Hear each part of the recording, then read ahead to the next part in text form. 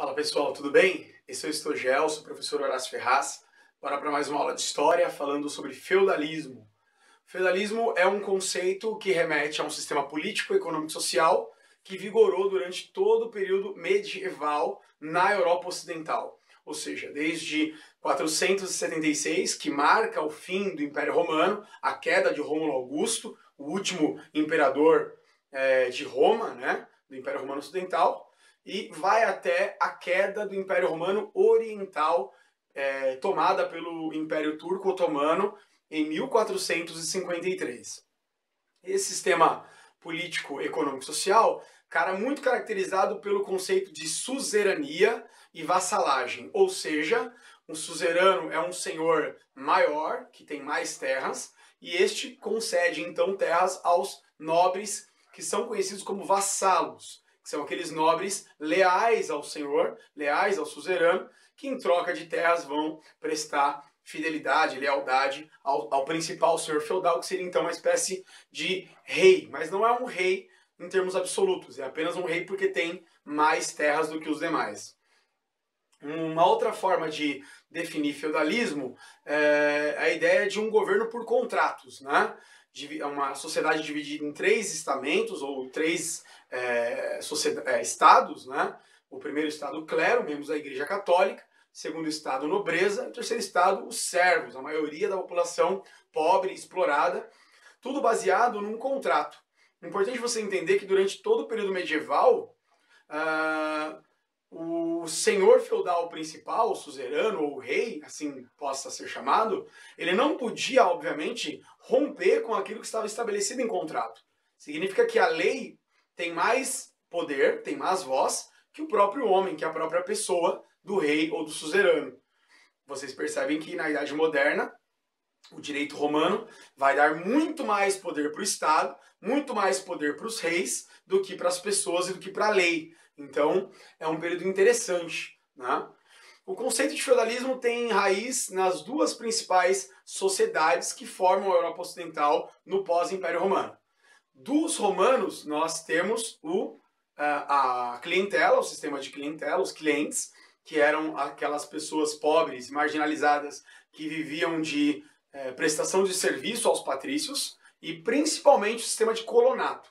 Colonato é essa forma de arrendar a terra, né? Então o patrício, o latifundiário, o grande dono de terras, ele divide as suas terras e uma parte delas ele vai concedendo aos camponeses que vão trabalhar e, em troca disso, vão ter que dar uma boa parte da sua produção para o dono da terra, para o latifundiário.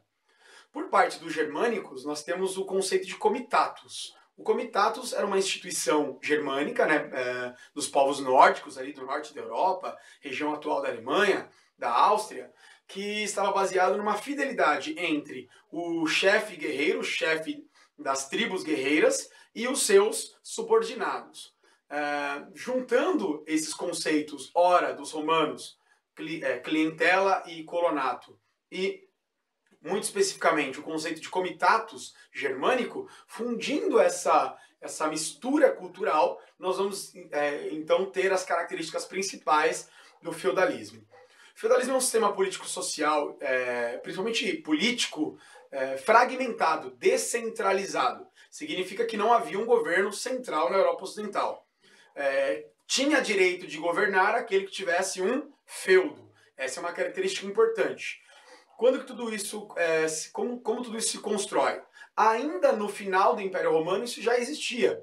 Muitos importantes latifundiários passaram a ter de alguma forma no seu território mais poder do que o próprio imperador, uma vez que o Império Romano estava em crise por uma série de fatores que vocês já devem saber.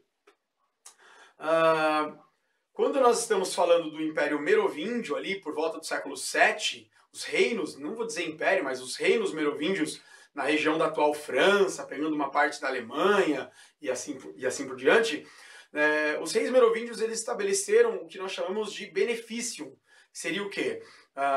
Uma aliança entre o Estado, a Igreja Católica e os nobres para poder, por exemplo, reunir forças econômicas, militares, para lutar contra as invasões magiares, né, dos mouros, dos árabes. Então, em troca de ajuda financeira, militar, eram concedidos aos condes, aos barões, aos donos de terras, alguns benefícios.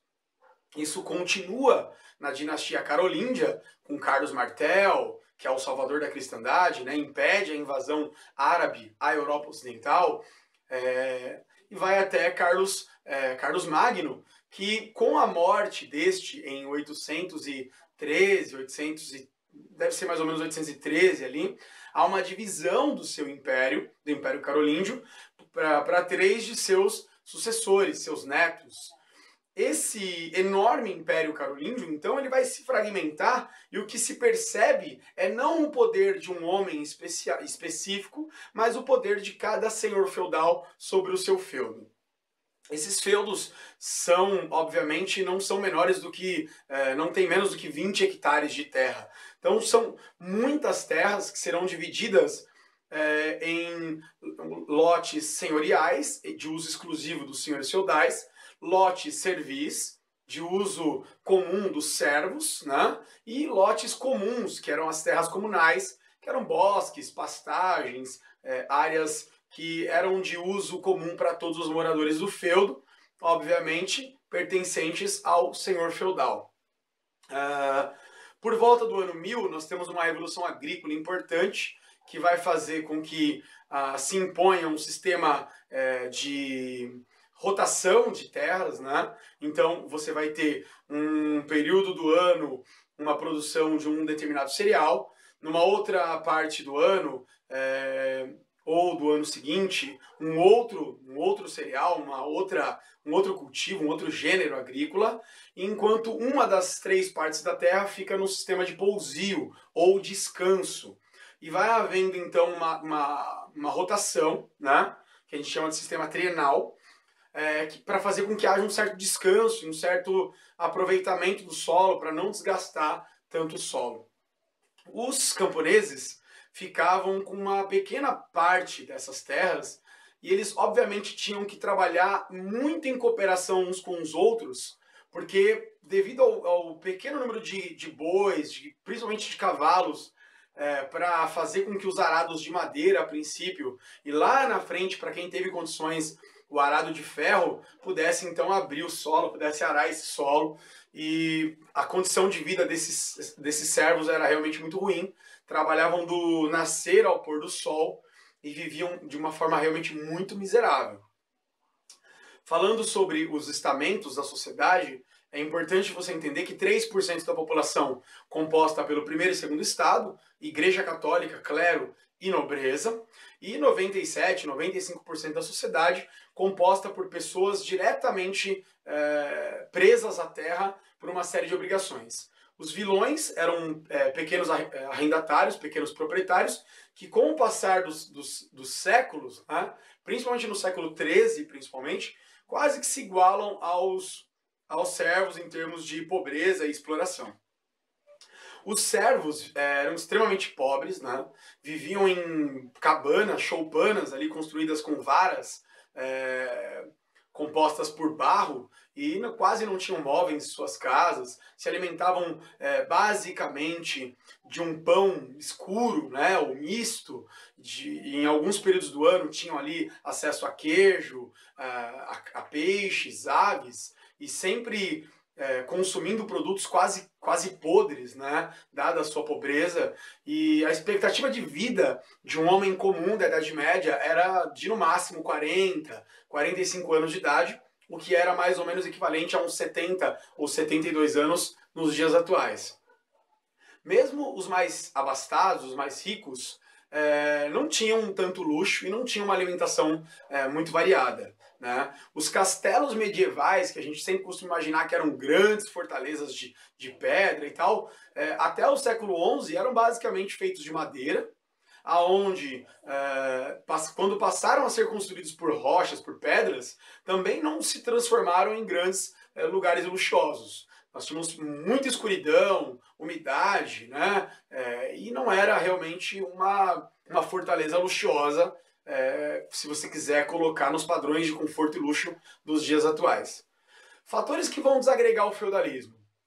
Primeiramente, durante o auge do feudalismo, no século X, ali mais ou menos, o XI, a Igreja Católica, a instituição mais poderosa do período medieval, ela impôs uma espécie de período de trégua, né? Ou seja, os nobres que tinham muito comum o costume de fazer guerras, não só para conquistar feudos, mas também porque a cultura militar era uma cultura muito incrustada no ideário medieval europeu, a igreja ela vai proibir essas guerras por uma série de fatores. O principal, não atrapalhar os períodos de semeadura, de cultivo do solo, uma vez que isso poderia pôr em risco toda a sociedade europeia. Então, por exemplo, ficou proibido, com as tréguas de Deus impostas pela igreja, guerras nos finais de semana, né, de sexta até domingo, nos períodos de festividade religiosa, como o do Natal, até o dia de Reis, no dia 6 de janeiro. Mas o que é interessante é que a própria igreja, que é quem estipula essa proibição da guerra, vai acabar em 1096 iniciando uma guerra extremamente violenta, e muito mais violenta que todas as outras guerras que já tinham acontecido, chamado Cruzadas. As Cruzadas vão de 1096 a 1270, e a Igreja Católica convoca toda a Europa medieval a lutar contra os árabes para libertar Jerusalém das mãos dos árabes. Essa batalha entre a Europa Ocidental e o Oriente foi, sob o ponto de vista militar, um fracasso para a Europa, né? Porque a Europa vai basicamente perder quase todas essas batalhas, mas ela foi interessante por uma série de fatores que vão acabar com o feudalismo na Europa Ocidental. O primeiro deles é que vai dar uma certa distribuída, né, demográfica, vai eliminar o peso demográfico que estava estabelecido na Europa. A população europeia tinha crescido muito e era necessário então dispersar uma parte dessa população. A segunda é que vai aumentar significativamente o número de lotes aráveis da Europa, ou seja, vai haver um aumento da produção agrícola, justamente porque vai haver um aumento das terras que vão passar a produzir alimentos na Europa medieval. Talvez um dos fatores mais importantes tenha sido a quarta batalha, que foi uma batalha importante das Cruzadas, que vai reabrir o mar Mediterrâneo ao continente ocidental europeu. Ou seja, as rotas de comércio entre a Europa Ocidental e o Oriente vão se reabrir, o monopólio dos árabes então vai cair, e principalmente as cidades italianas vão voltar a ter acesso ao comércio com o Oriente, reaquecendo a economia e gerando então o mercantilismo, desenvolvendo o mercantilismo que vai ser essa primeira fase do capitalismo na Europa Ocidental.